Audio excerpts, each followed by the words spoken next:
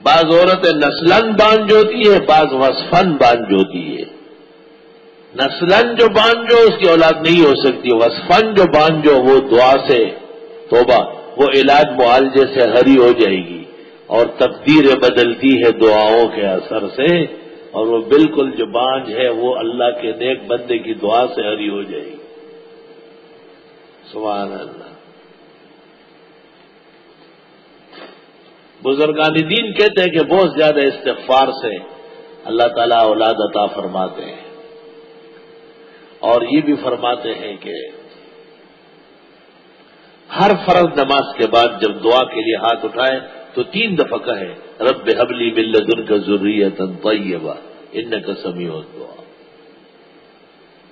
2 باتیں ہو گئی۔ تیسری، صبح و شام 10 مرتبہ کم از کم یا عزیز یا جمیل، عزیزا جمیلا ملکا کبیرا رب لا تذرنی فردا وانت خیر الوارثین۔ مجرب عمل ہے بالکل، 2 سال نہیں گزرا ہوگا کہ اللہ خوشخبری دے دے گا۔